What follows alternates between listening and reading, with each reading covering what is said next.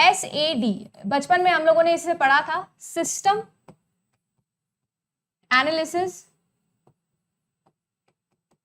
And design.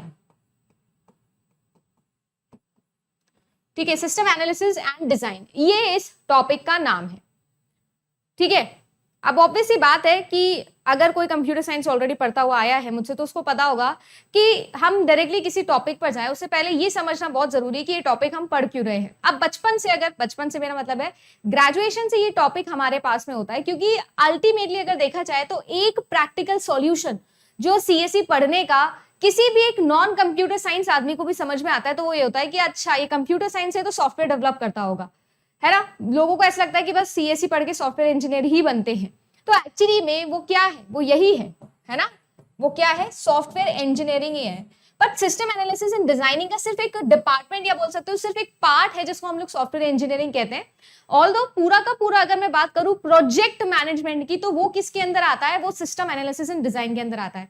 आप एक imagination लेके चलेंगे थ्रू आउट द क्लास में, एक इमेजिनेशन आपको बोल रही हूँ कि मुझे क्या करना है, मुझे एक हाउस बिल्ड करना है, एकदम नॉन टेक तरीके से समझ के चलते हैं।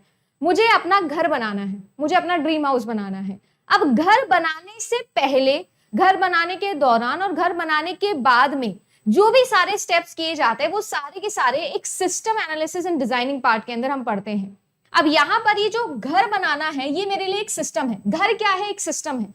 जैसे कि एजुकेशन सिस्टम बनाना है, गवर्नमेंट का सिस्टम बनाना है, कोई भी सिस्टम बनाना है, सिस्टम जिसके अंदर एक्चुएटर्स होते हैं, जिसके अंदर एनवायरनमेंट होता है, जिसके अंदर नॉलेज डोमेन होता है। जैसे कि आर्टिफिशियल इंटेलिजेंस में हम एक्सपर्ट सिस्टम बनाते हैं, बिल्कुल वैसे ही एक सिस्टम यहाँ पर मुझे बनाना है। जैसे कि मैंने कहा कि मुझे घर बनाना है। अब घर बनाने से पहले कि मुझे कैसा घर बनाना है, यानी कि मेरी कोई ना कोई रिक्वायरमेंट्स होंगी, उन रिक्वायरमेंट्स के अकॉर्डिंग मैं प्रॉपर्टी देखने वाली हूँ। लाइक आप प्लॉट एक लेने वाले हो, फिर प्लॉट के बाद में आप एक ब्लूप्रिंट उसका बनाने वाले हो, ब्लूप्रिंट बनाने के बाद में फाइनल इंप्लीमेंटेशन उसका करने वाले हो, घर बनेगा।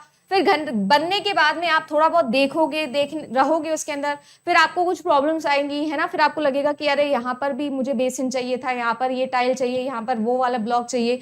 फिर आप लोग क्या बोलोगे, फिर आप उसमें मेंटेनेंस का खर्चा करोगे, फिर ऑब्वियसली उसको थोड़ा आप रिकंस्ट्रक्ट करोगे, अपने अकॉर्डिंग अडेप्ट करवाने की कोशिश करोगे, फिर फाइनली आप उस पर स्टे करने लगोगे और आपका जो भी कॉन्ट्रैक्टर है, जो भी बिल्डर है, आप उसको पैसा दोगे। यही पूरा चीज हम लोग करते हैं, राइट। यही पूरी चीजें हैं जो हम लोग यहाँ पर करने वाले हैं। समझ में आया है क्या कि मैं एक हाउस बिल्डिंग से आपको समझाने की कोशिश कर रही हूँ कि सिस्टम एनालिसिस एंड डिजाइनिंग वाला पार्ट होता क्या है। यहां तक क्लियर?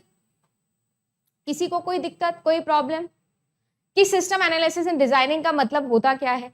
अगर मैं ये सारी चीजें लेकर चलूं तो मुझे एक चीज समझ में आती है कि ma'am system analysis and designing के कुछ ना कुछ कैरेक्टर फीचर होते होंगे। अब ये सेम चीज सॉफ्टवेयर में या सेम चीज आप लोग सिस्टम, टेक्निकल सिस्टम में लगा के देखो।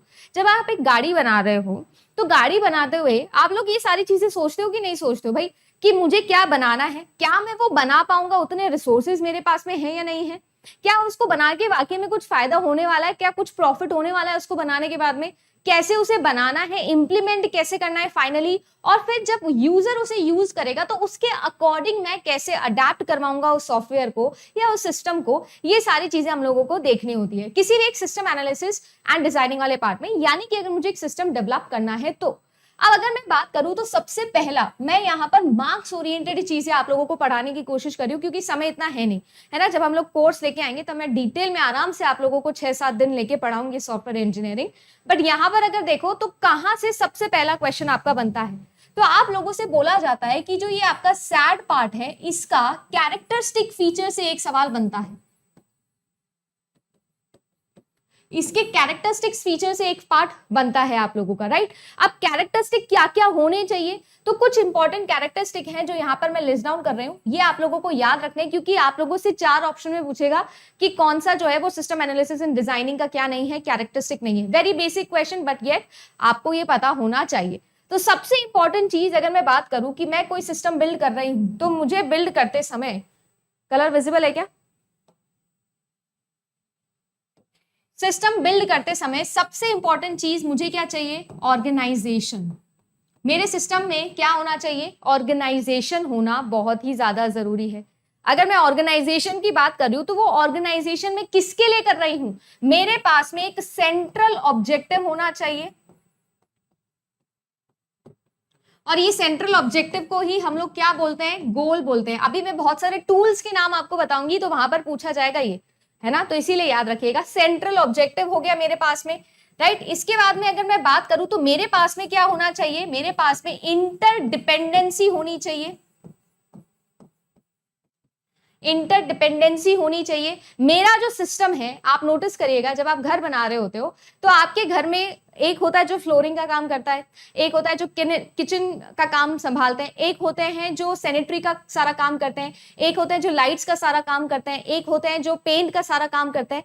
यानी बहुत सारे अलग अलग ऑर्गन्स हैं जो एक दूसरे पर ही डिपेंडेंट है। अब जब तक वॉल नहीं बनेगी तब तक फ्लोर थोड़ी ना डल जाएगा, जब तक छत नहीं डली है तो लाइट्स कहां पर डालने वाले हो आप लोग। यानी कि हर काम मैम एक दूसरे पर डिपेंडेंट होता है। तो इंटरडिपेंडेंसी मेरे सिस्टम का एक मेन कैरेक्टरिस्टिक फीचर हुआ कि नहीं हुआ। अच्छा मैम, इसी से एक बात और समझ में आती है क्या, कि मैम इंटीग्रेशन भी बहुत ही ज्यादा इंपॉर्टेंट है कि यार आप जो भी काम कर रहे हो उनका जो अमैलगेशन है या जो उनका इंटीग्रेशन है वो भी परफेक्ट होना चाहिए। ये भी एक बहुत इंपॉर्टेंट बात है। और अगर ये सारी चीजें आप लोगों के पास में हैं तो मैं बोल सकती हूँ कि मेरा जो ऑब्जेक्टिव है वो मैंने अचीव कर लिया है। और इन सब के साथ में जो मेन चीज मुझे चाहिए मेरे सिस्टम के अंदर वो क्या है, इंटरएक्टिविटी। मेरा सिस्टम कैसा होना चाहिए, इंटरएक्टिव होना चाहिए। ऑब्वियसली मेरा जो एनवायरनमेंट है उसे इंटरएक्टेबल होना चाहिए। ठीक, बेसिक सी चीजें हैं बट इंपॉर्टेंट है। अगर इनके अलावा कोई भी चीज आप लोगों के एग्जाम में पूछ ली जाए तो आप लोग बता दीजिएगा कि वो कैरेक्टरिस्टिक फीचर में नहीं आते, जैसे इंटरऑपरेबिलिटी, मेंटेनेबिलिटी, ये सारी चीजें जो है ये सेकेंडरी है, मेन यही चीजें हैं।